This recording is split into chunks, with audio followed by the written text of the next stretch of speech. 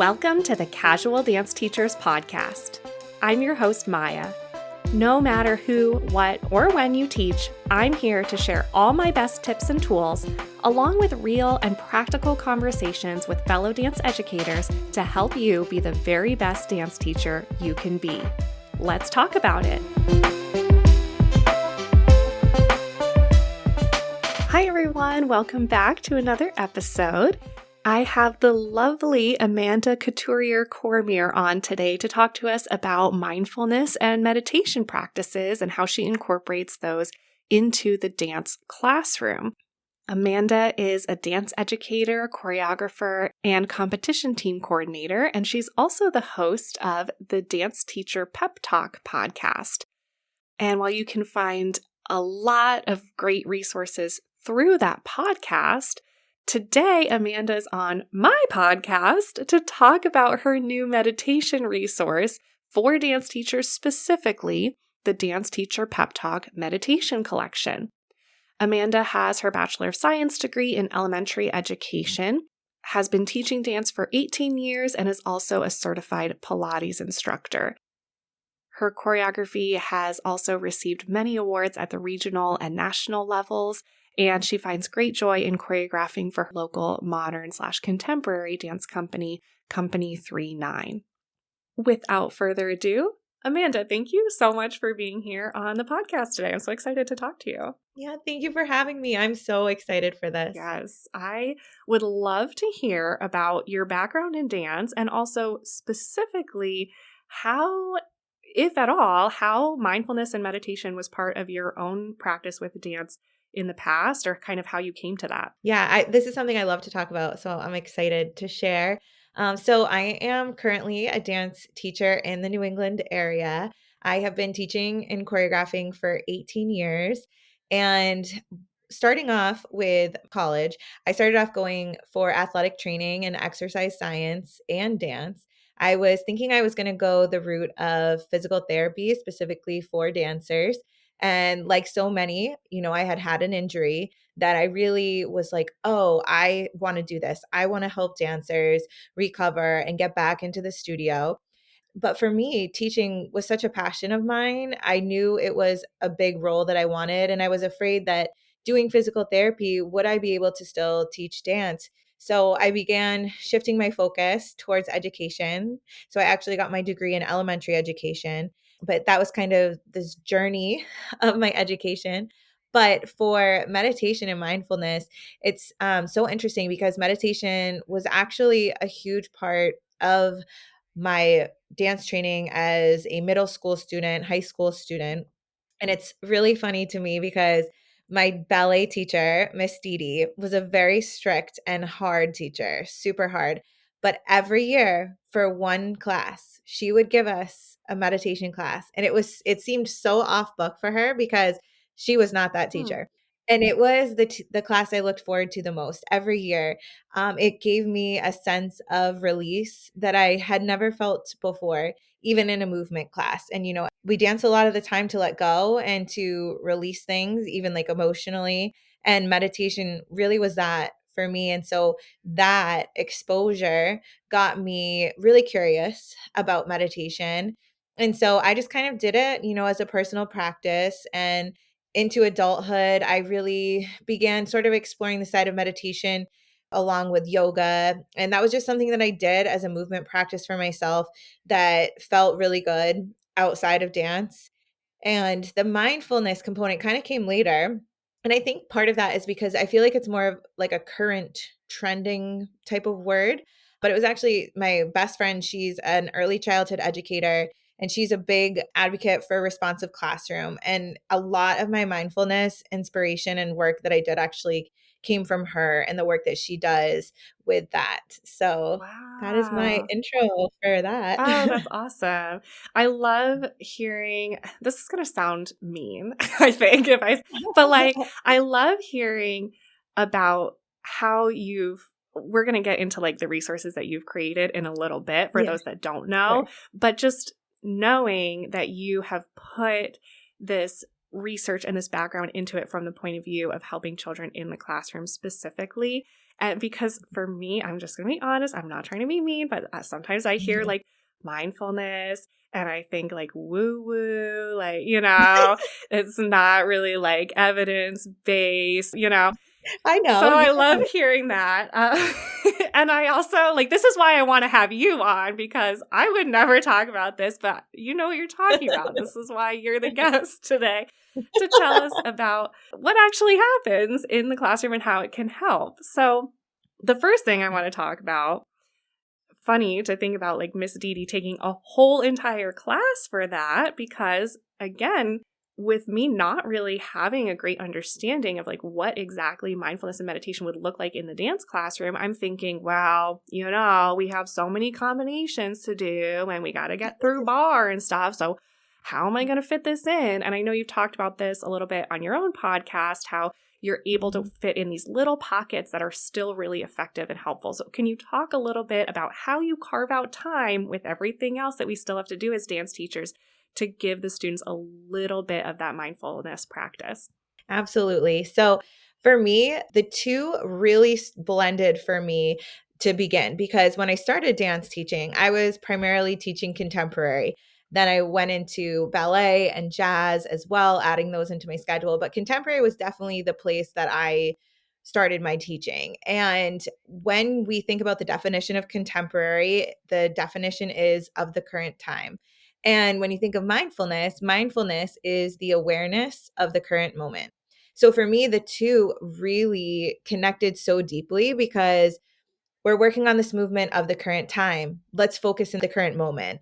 And for me, as the years went on in dance, what I noticed the most in my thank you cards at the end of the year, or in the parent emails, or in the dancers coming up to me at the end of the year, they weren't saying, at graduation, Miss Amanda, thank you so much for teaching me a double pirouette. That was the highlight of my life, or whatever it is. Mm-hmm.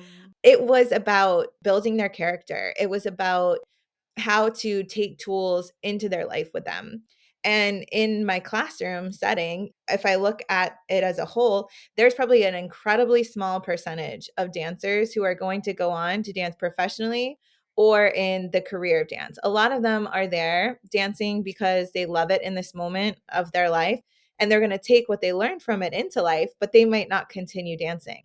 I really noticed the shift, honestly, sort of early on with my teenagers in teaching, of the outside pressures and stresses that the dancers are facing. A lot of it could be like social media driven. There's so many apps out there nowadays that it's just like sucking their time into, basically. And it was just like, wow, there needs to be something. Like, how can I get my dancers to focus in class on working on these elements, these combinations, these skills, when their mind is not even there? So it's like we have all this work that we're doing with our bodies in dance. And there is that mind body connection. And I know you said it can be a little woo woo and stuff, which I agree, it can be woo woo, but in the best way.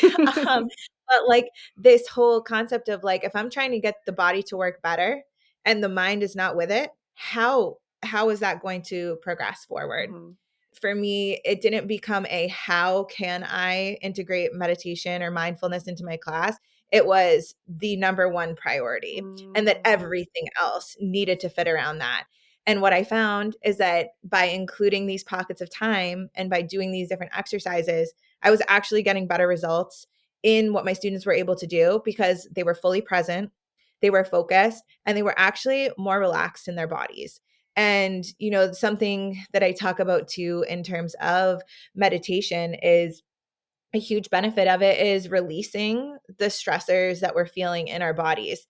And so if you can imagine, like, if you were to tighten your body and like tense it up a ton and then say, okay, let's move, let's do tendus right now. You're going from this place of tense and stress. And then if we were to relax that and to set ourselves up to then go and do the tendus, relax, say after meditation, the result is completely different. We are able to tap in more, I feel like, into the depth of the muscles that need to work, the movement, where are our limbs going, because we have this very deep mind body connection now. So for me, the benefits just completely outweighed any time that I might be losing in working on skills. So in an hour-long class setting, to take 5 minutes out of my time, to do meditation, that was truly the biggest benefit that I see for my students. Oh, that's beautiful. Yeah. As a modern teacher, I typically will do like a release technique unit. So Yes. now I feel like I'm the silly one because I'm like, well, how many times have I screamed at them to release? And I'm screaming at them like, what the heck? So I love that. Do you have any specific examples of changes you've seen or ways that a specific student or a class as a whole has improved or benefited from this? Yeah, so I use meditation at different times in the class, depending on what the needs are, depending on like how the students are coming in. Because sometimes it's right away. Mm, So, like, for example, if the students are coming in and it's right after their school day and they're tired or completely unfocused or the energy is off. mhm, So, it's like, hey, everyone, how are you doing? And if I notice just like a very low energy, for me, I know it's important to shift that right away. So, I have everybody come in, and whether it's seated, standing, laying down, whichever I decide in that moment. And I go through a really brief, like 3 to 5 minutes of breathing, centering, and clarity about how we're going to move today. And from that place, we work into the warm up. So, like, it might even like pull us into just walking around the room. mhm, And what I've noticed is that it gets them in the zone of ready to work. Because the other part of mindfulness that I always drive home to is that because it's the current moment, it means that what is going to happen and what has happened has no importance to the life that you're living right now. So it helps them to, put aside that big project they have to do when they get home at night because they're worried about it, or that public speaking project that they have at school the next day that they're nervous about, or so and so's friendship is they're fighting or whatnot. Before this, we were just in texting each other and it wasn't good. It helps them to show that like that is not the current moment. The current moment is here in your dance class. So when they're able to focus and really pull that attention into the space, I notice such a shift because they're fully there. mm, They're fully invested. And sometimes I'll use meditation. Like if they seem good, okay, we'll use it at the end. And that's just kind of like to let go, to thank our bodies for what they were able to do today. Some meditations that I do would be like a quick 2-minute thing and that's it. Sometimes it's an active one too. And I can kind of get into that as well for like younger students who might not have that, like they might not want to sit and do that. They just want to go, younger mhm, students. But even too, like across genres, like some people will say, well, I can see how this would work in modern and contemporary, but how would this work in ballet? How would this work in jazz? And, for me, it's like in ballet, facing the bar, like zone out. I do this sometimes, like I'm also a Pilates instructor. So if I'm ever doing like a wall setup, I want you to like look at the wall in front of you like a blank slate. And we do like a visualization, get our bodies and even just like an alignment check. Like that can be meditative. And it's something that we do anyways, like preparing our bodies, preparing our posture for the class ahead. And that is enough to like, okay, we're here now. This is class. This is where we're going to move from. mhm, Those would be some examples there. In a high energy class, like say like jazz or hip hop or something like that, it could be just as simple as like taking a few deep breaths before you initiate the warm up.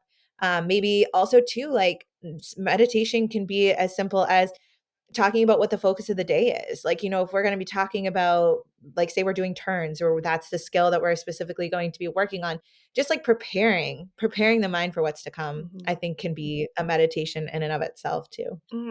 Yeah. I'm glad that you brought that up because I was going to ask about different genres and different ages. So I know you mentioned with the younger kids, they might not want to stand or lie Yeah. down still on the Yeah. floor, Yeah.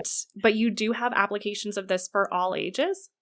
Yes. So in my program that I'm putting together, I'm actually going to now start including every month a young children's focus one. But like, I don't want to necessarily put I don't want to put the label on it because just because it's for young children wouldn't mean that you wouldn't get a benefit from it as being a teenager. Mm, But the way that, when I'm teaching younger students, that I may bring meditation into the space is as a visualization exercise or like a story, like a guided improv. Some of you do this already in your creative movement classes and don't even realize that it's meditative. So I usually make up the story on the spot, but it's like you're sending them on a journey and you're putting in action words. And now we're going to skip to the edge of the river and we're going to stretch over and splash the water in our face. So it's taking them to a world outside of the space that you're in, but it's active. And that is a beautiful way, I think, to incorporate it with young children. Yeah, that's a resource that I'm going to be working towards, because definitely I feel like more of the sit down types of meditations are geared more towards the teen population. Mhm. But I also feel like those are some of the dancers that have the most stress and the most pressure. And, there's so much going on outside of dance. And if dance is their escape, I want to provide tools for them that they can escape even further into it. Yeah, once again, making myself look dumb for saying that mindfulness was woo woo at the beginning of this, because I'm now remembering how many times backstage at recital, those preteen and teen dancers who are in numerous pieces and they're rushing around with costume changes and stuff. And I'm like, guys, the last few weeks of classes already before recital, and then at recital, I'm like, guys, you have to have like something that you do backstage to get yourself centered. You have to picture yourself doing the piece. You have to take deep breaths. You have to be silent. Don't be backstage in the wings still trying to chat with your friend, that type of thing. So this whole time I've been trying to do this and saying like, oh, mindfulness, ha ha ha ha. And that's what I've been preaching without realizing it. So yeah, Yeah. that's wonderful. Yeah, and no, don't worry about like how maybe you like perceived it in the beginning or whatnot. Like I do feel that for many, like if you don't know like how this is going to benefit your dancers, you would probably think it's a waste of time, Mhm. truly. How can you take this time out Yeah. when they should be doing this? Or, oh, no, we should be working on balance right now before we head onto the stage. And it's so, I think, important because I also think about my time as a dancer. And, we talk, and even too, like you were just mentioning about being backstage and the way that felt. And I don't like, other than breathing, what did I have that brought me to center? You could tell me to hold a plank, you could tell me to do some releves on the side, but like at the same time, like I was only working one part of it. Mhm. And especially for those that are competition students, it's just like this additional pressure that is going on backstage before they go out for their performances. And I even noticed it too. Like sometimes I had this big shift in the past like 5 years of my teaching where I was constantly telling my dancers, you need to be more grounded. You need to get down, like use your plie. You need to like feel the connections of your feet on the floor. And like, yeah, these are all things that we talk about in dance, but they're like by me saying that, I was not like showing them really how to feel grounded, because you can bend your knees all you want, you can put your feet in the floor all you want. But if you are not calm within your center of the body or able to find your breath, there's no way you're going to feel truly grounded. Mhm. So I did notice big shifts in my dancers and how they found grounding once I implemented like more specific meditations with that.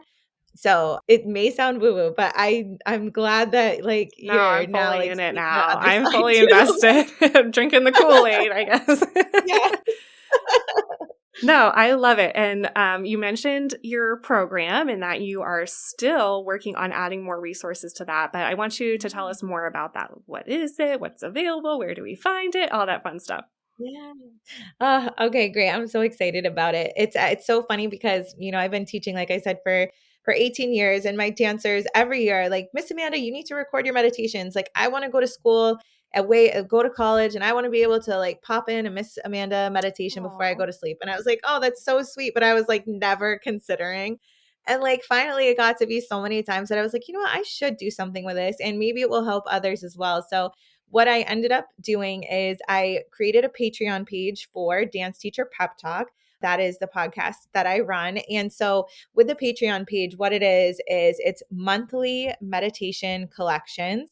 And it could be for the dancer, it could be for the dance teacher. My goal and dream would be that dance teachers would be able to use this resource in their classrooms or to extend it to their dancers in whatever way they were able. And each month with it. So there's a free membership or there is a paid membership. And the free membership is just one meditation a month that kind of comes out for whatever theme is relevant, I feel, for dance in that month. And then the paid is 5 additional meditations that, again, follow the calendar year, whether it's holidays, dance holidays, things that we're doing in that time of year. So like in February, I added a little bit more about like the competition scene because I know that a lot of dancers are heading out to competition. So in February, my freebie was a pre-performance practice that helps you get out of your mind and into your body. And then one, like in the paid section, there was, a meditation about how can you work through not getting the award you wanted, or like when things don't go your way. So there's a lot of different things there.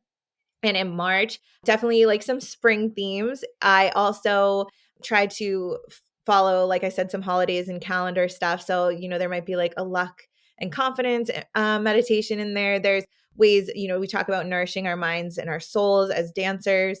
And where are you ready to bloom in terms of dance, spring? Like I'm trying to connect all these things so that they're relevant. But the thing too with the membership, the paid membership, is once you are in it, you still have access to all the months. So like January collection is up, February collection is up. You will get access to all of those. And there's just so many different things to pick from. There's meditations to begin your class, meditations to begin your day. There's meditations to end your class, end your day.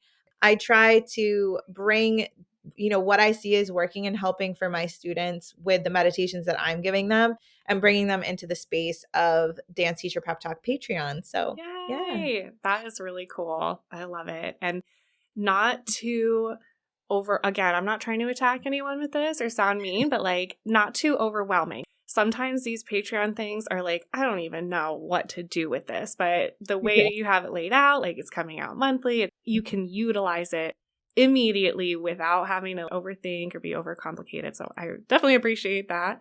Now, is that Patreon page the best way for people to connect with you in general if they want to listen to the podcast or connect with you in any other way? Or do you have any other resources that you want to share? Yeah, of course. My Instagram is at Dance Teacher Pep Talk. And the link for the Patreon page is there too. And I'll send you over the link for the Patreon. But the cool thing about Patreon is that all of my podcasts are automatically uploaded there. But you can also find my podcast on Spotify and Apple and Amazon. It's all over the place there, but it's really cool that the Patreon does that. And I agree, Patreon can be like out of control sometimes. And it's like, I'm still working through it because there are ways too that I can start to like connect it to the podcast, but I didn't want to like cloud up or like, put so much stuff into the podcast that wasn't necessarily the Dance Teacher Pep Talk stuff. So there are ways that I can, check to look at that. But with the Patreon, it's really simple. It's just the collections of meditations monthly. And then you'll see every podcast episode gets synced to it too. So it's all there. And then like from time to time, I might like throw up some newsletters there too, or some, different content, but Instagram for sure is the best place to find me. And then my Patreon page.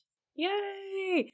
Now, this went by so fast. So before we officially close, I just want to ask a very open-ended question. Is there anything that we missed that you really want to talk about or feel strongly about on this topic that we didn't get to?